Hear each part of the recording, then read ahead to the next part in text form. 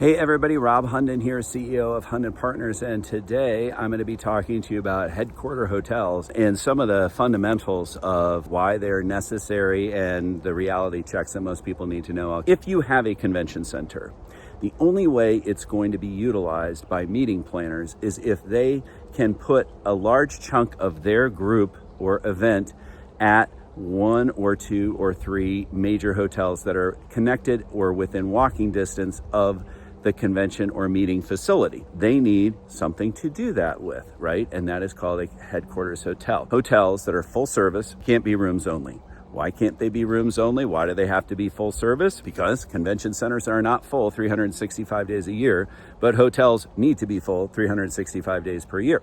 So the hotel is going to be going after the corporate market, the group market, and the leisure market. These days, headquarter hotels really have been focusing on group and leisure instead of group and corporate transient. That's been a big change since COVID, and it really sort of fits the time periods of the week that work best for leisure more on the weekends, Thursday through Sunday, and then groups typically come in Sunday through Thursday. And so that works out really well. So there's a lot of bells and whistles for leisure, and there's a lot of bells and whistles for group as well as corporate.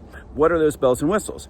Ballrooms, meeting rooms, restaurants, spa, bar, other fun things to do, right? So all of those things cost a lot of money. Typically, we're talking about 100 square feet of net function space per key of hotel. So you've got 1,000 keys, you're gonna have 100,000 square feet of net function space. Grand ballroom, you're gonna have a junior ballroom, you're gonna have a bunch of meeting rooms with a bunch of divisibility. You're also gonna have a ton of suites. Potentially up to 15% of your rooms are gonna be some sort of a suite versus just a standard room. And then you're gonna have lots of restaurants, pool deck, party areas, spa, like I said, all of those things, so that you're essentially like a cruise ship model. People wouldn't have to leave if they didn't need to. That's how you're gonna keep the groups and the leisure folks coming 365 days a year. And when there's a big convention in town that needs to book with the local DMO and the convention center, this hotel of 600, 800, 1,000 keys can commit a large room block for those groups. So they're very expensive because they have all of these bells and whistles, but that is the standard across the country. Every city worth its salt and with a big convention center or a decent sized convention center has at least one headquarters hotel.